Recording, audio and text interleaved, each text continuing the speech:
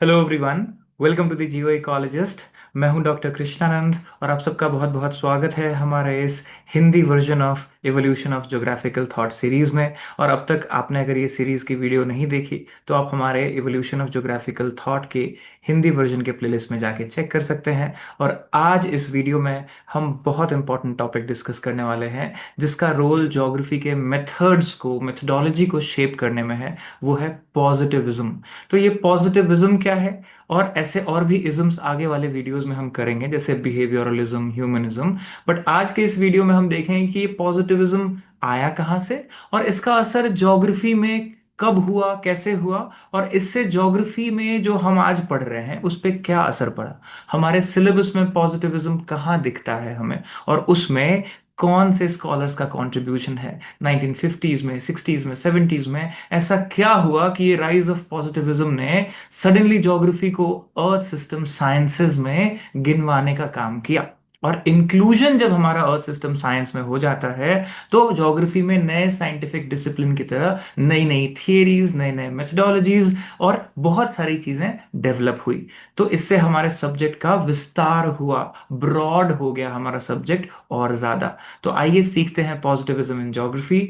और आगे बढ़ने से पहले एक जानकारी ये कि अगर आपको ये हमारे YouTube पे जो हम पढ़ा रहे हैं ये कंटेंट आपको अगर चाहिए तो geographyebooks.com करके हमारा वेबसाइट है। उस वेबसाइट पे ये ई बुक्स टॉपिकल अप्रोच के साथ यानी सब्जेक्ट वाइज भी अवेलेबल है। और जो हमारे कोर्सेज हैं ऑनलाइन thegeoecologist.com वेबसाइट पे, जैसे कि UPSC geography optional, CUET exam के लिए है, असिस्टेंट प्रोफेसर एग्जाम के लिए है, तो जितने भी ज्योग्राफी कोर्सेज हैं उसमें जो स्टडी मटेरियल है अगर आपको सिर्फ वो भी चाहिए तो वो भी geographyebooks.com पे A to Z मटेरियल के फॉर्म में अवेलेबल है। और इन दोनों वेबसाइट का यानी कोर्सेज वाले वेबसाइट का और कंटेंट वाले वेबसाइट का लिंक हमने डिस्क्रिप्शन में दे दिया है, तो आप वहां से जाके खुद भी चेक कर सकते हैं। और कोई दिक्कत आए डाउनलोडिंग में और कोई प्रॉब्लम आए तो वेबसाइट पे टेक्निकल सपोर्ट नंबर भी दिया हुआ है। तो मैं आशा करता हूं ये जानकारी आपको काम आएगी। आइए अब सीखते हैं impact of positivism in geography.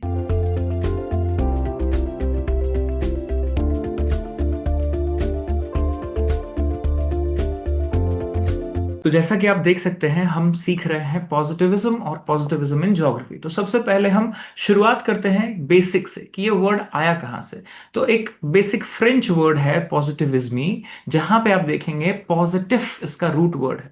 इसका फिलॉसफी में जो मतलब होता है वो होता है imposed on mind bye experience. ऐसी चीजें जो आप दिमाग से प्रोसेस करके सीखते हैं, जो आपने खुद एक्सपीरियंस किया होता है, राइट। आपकी एक्सपीरियंशियल लर्निंग जो होती है उसको सबसे ज्यादा बड़ा साइंटिफिक एविडेंस माना जाता है इसमें। तो इसीलिए साइंटिफिक होना को पॉजिटिविस्टिक होने के बराबर माना जाता है एक तरीके से। तो क्या डॉक्ट्रिन है, क्या अंडरस्टैंडिंग है इसकी, वो है कि the only authentic knowledge is scientific knowledge. कोई भी नॉलेज अगर साइंटिफिक नॉलेज है तो ही उसको ऑथेंटिक हम बोलेंगे। और ये नॉलेज कैसे आएगा, ये नॉलेज आएगा इसी पॉजिटिव एफर्मेशन ऑफ थियरीज से। कैसे आएगा?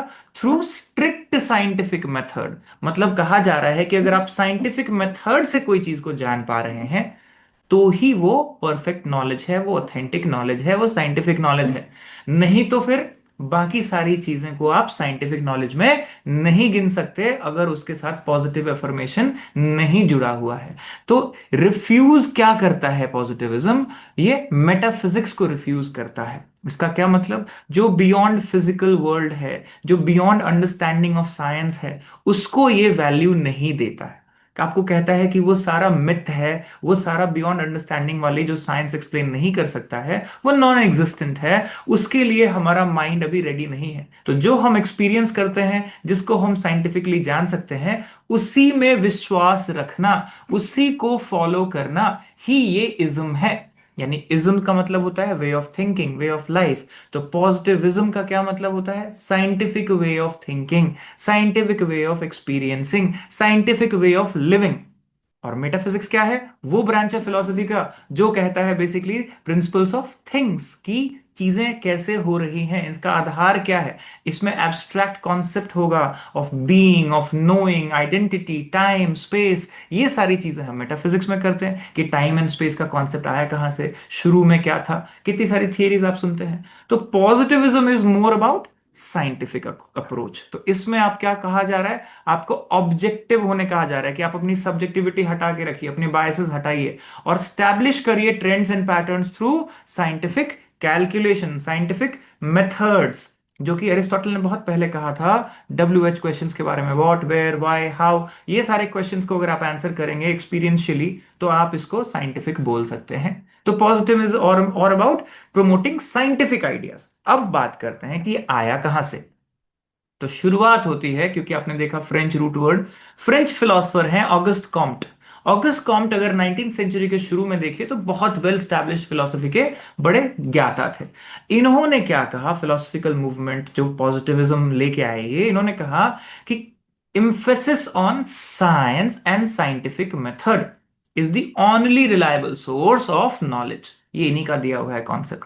और sharp distinction between fact and value cultural, ये इन्होंने क्लियर कहा कि क्या फैक्ट है और क्या वैल्यू सिस्टम है, क्या नॉर्मेटिव है, वो एकदम क्लियर का डिस्टिंक्शन है। तो इनका बहुत हॉस्टिलिटी था टुवर्ड्स किस चीज के, towards religious ideas, towards blind faith, towards traditional philosophy, towards metaphysics. ये इसको रिजेक्ट करते थे और इन्होंने कहा कि मेटाफिजिक्स बहुत यूजलेस ब्रांच ऑफ इंक्वायरी है, जो कि नहीं है, आपको भी पता है। बट ये इनका थॉट था। इन्होंने पूरा आइडिया कहा कि अगर आप साइंटिफिक बिलीवर नहीं है, साइंटिफिक तरीके से चीजों को नहीं जान रहे हैं, तो आप सही में नॉलेज से बहुत दूर हैं। तो इन्होंने सोशियोक्रेसी वर्ड यूज किया कि he demanded a sociocracy ruled by scientists. Right, कि साइंटिस्ट जो कहते हैं वही सोशल ऑर्डर होना चाहिए, वही इंपॉर्टेंट है यूनिटी के लिए, कंफॉर्मिटी के लिए, लोग उसी में बिलीवर हों।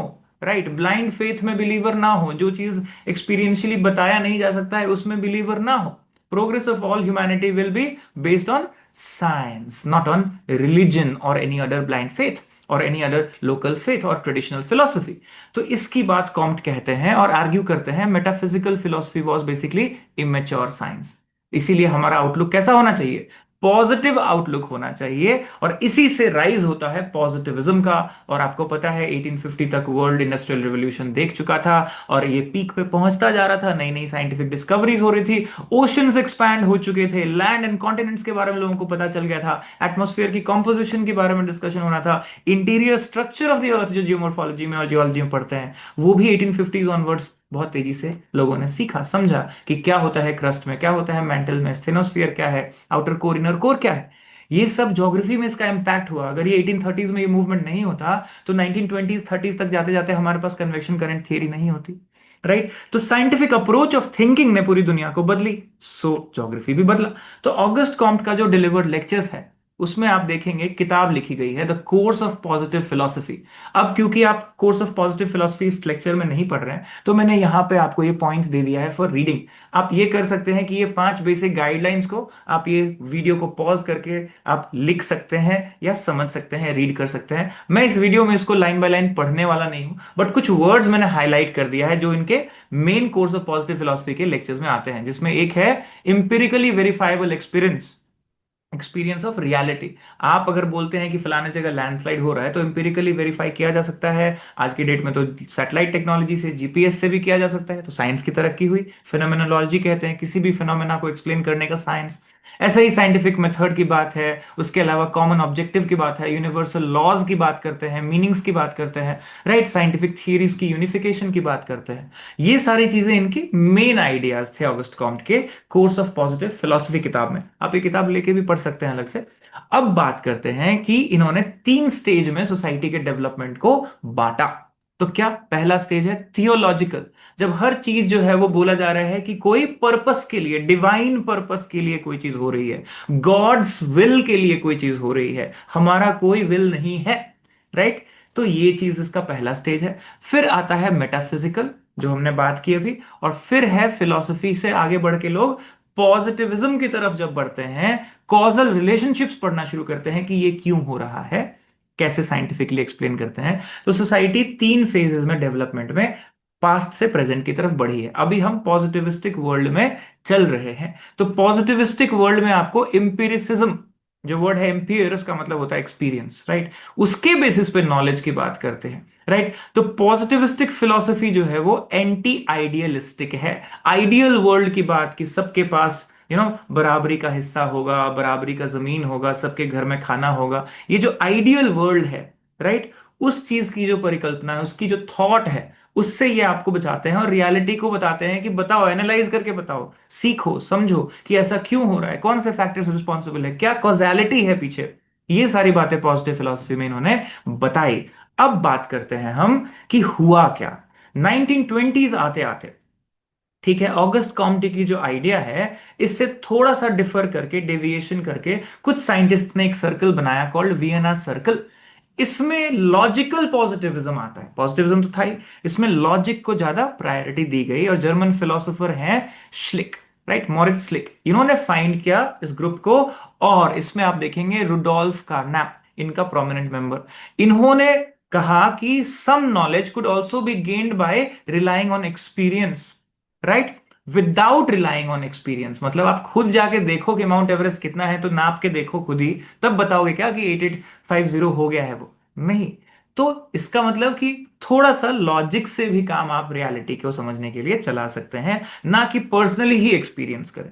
तो मेन जो फिलॉसफी थी, पॉजिटिविज्म जो आइडियोलॉजी था, उससे थोड़ा सा एडवांस हुआ लॉजिकल पॉजिटिविज्म। इसमें analytical statement, synthetic statement, scientism, scientific policies, value freedom, ये सारे इंटर रिलेटेड कॉन्सेप्ट्स की बात की गई है, जो कि आप देख सकते हैं और रीड भी कर सकते हैं। ये स्क्रीन पे मैंने इसीलिए टेक्स्ट में दे दिया है। और जैसा कि मैंने बोला कि ये सारे टेक्स्ट ज्योग्राफी ebooks.com पे जाइए, वहां पे अवेलेबल है ज्योग्राफिकल थॉट की किताब, उसमें से आप ले सकते हैं, डाउनलोड करके पढ़ सकते हैं, या तो आप इसको समझ सकते हैं रीडिंग करके। अब बात करते हैं कि ज्योग्राफी में क्या हुआ। तो जैसा मैंने एग्जाम्पल दिया, अभी जीपीएस के थ्रू हम कर लेते हैं, सैटेलाइट टेक्नोलॉजी के कर लेते हैं, स्टैटिस्टिकल टूल्स से एनालाइज करते हैं, ये सब पॉजिटिविज्म इन ज्योग्राफी तो है, साइंस का इस्तेमाल, राइट। तो बहुत सारा एफर्ट के बाद ज्योग्राफी को नोमोथेटिक साइंस की तरफ पुश किया गया क्वांटिटेटिव रिवॉल्यूशन के दौरान। और जो डार्विन ने ट्रेडिशन साइंस का शुरू किया था, राइट, उसको 100 साल बाद शेफर ने कंटिन्यू किया। और कैंट्स एक्सेप्शनलिज्म के व्यू से क्रिटिक करके चीजें निकल के आई कि आप सिर्फ एक्सेप्शनल चीज को मत पढ़िए, यूनिक चीजों को मत पढ़िए, उनके कॉजालिटी को, उनके लिंकेजेस को पढ़िए, इसको आप स्पेशल एनालिसिस के थ्रू पढ़िए, और फॉर्मूला बनाइए, लॉज बनाइए, उसकी तरह पढ़िए। आप वो लॉज के बारे में पता करिए जो इस फिनोमेना को गवर्न कर रहा है, राइट। तो ये शेफर ने जो शुरू किया, उसी से आगे निकल के आया ये क्वांटिटेटिव रिवॉल्यूशन। और जैसे पॉजिटिविज्म कहता हूं तो कुछ लोग क्वांटिटेटिव रिवॉल्यूशन सोचते हैं, तो उसका हिस्ट्री पुराना है। बट पॉजिटिविज्म का असर क्या हुआ ज्योग्राफी में? Quantitative revolution, right. तो विलियम बंज अपने थियोरेटिकल ज्योग्राफी में लिखते हैं कि geography as a science of spatial relations and geometry as mathematics of space. यानी कॉन्सेप्ट ऑफ स्पेस में अब स्पेशल एनालिसिस आ गया था, जिसमें क्वांटिटेटिव टेक्निक्स की बात हो गई थी, स्पेशल साइंस की तरह देखा जा रहा था, जिसका गाइडिंग प्रिंसिपल क्या था कि स्पेस में आप कोई भी चीज को पढ़ेंगे तो इंटरलिंकेजेस ऑफ फिनोमेना के थ्रू, और स्टैटिस्टिक्स का इस्तेमाल, फिजिक्स का इस्तेमाल, सोसाइटी के बिहेवियर तक में ये चीजें आप पढ़ सकते हैं। स्पेशल इंटरैक्शन की बात हो रही थी कि एक यूनिट दूसरे यूनिट से कैसे इंटरैक्ट करता है, ग्रेविटी मॉडल का इस्तेमाल करके एनवायरनमेंट को एक्सप्लेन किया जा रहा था। स्पेशल स्ट्रक्चर की बात थी, जिसमें जियोमेट्री और मैथमेटिक्स का इस्तेमाल किया जा रहा था ज्योग्राफिकल स्टडीज में। ये सब आपको 50s और 60s में मिलेगा, राइट। तो आपको देखने को मिलेगा कि इससे पहले साइंस की तरह नहीं ट्रीट किया करते थे ज्योग्राफी को, रीजनल साइंस था वो, राइट, यानी डिस्क्रिप्टिव साइंस था। तो इसमें आप देखेंगे वॉल्टर इसार्ड, ये जो है इनका कॉन्सेप्ट 1956 में, जिन्होंने इंडस्ट्रियल लोकेशन और उसको बाद में उस पर भी काम किया, इन्होंने कॉन्सेप्ट ऑफ सिस्टम्स पे काम किया। और फिर कॉन्सेप्ट ऑफ सिस्टम्स जब आ जाता है तो सिस्टमैटिक अप्रोच पॉपुलर होता है ज्योग्राफी में। रिचर्ड चॉर्ले का काम देखिए आप, geomorphology and general systems theory, 1962 में जिन्होंने लिखा। इसमें जियोमॉर्फोलॉजी को एक ओपन और क्लोज सिस्टम्स की तरह देखने की कोशिश की। डेविड हार्वे ने अपने एक्सप्लेनेशन इन ज्योग्राफी में लिखा है 1969 में, और ये प्योर पॉजिटिविस्टिक किताब है। लेकिन ठीक उसके बाद जब डेविड हार्वे कन्वर्ट हो गए, थोड़े से मार्क्सिस्ट ज्योग्राफर हो गए, तो उसमें उन्होंने सोशल जस्टिस एंड सिटी की बात की कि क्या साइंस जस्टिस प्रोवाइड करता है। तो डेविड हार्वे बड़े इंटरेस्टिंग स्कॉलर हैं, 69 तक he was basically a positivist, बाद में वो मार्क्सिस्ट हो जाते हैं। तो पॉजिटिविज्म तीन फ्रंट पे क्रिटिसाइज किया जाता है ज्योग्राफी में भी और वैसे भी। पहला है too much emphasis on empiricism, right.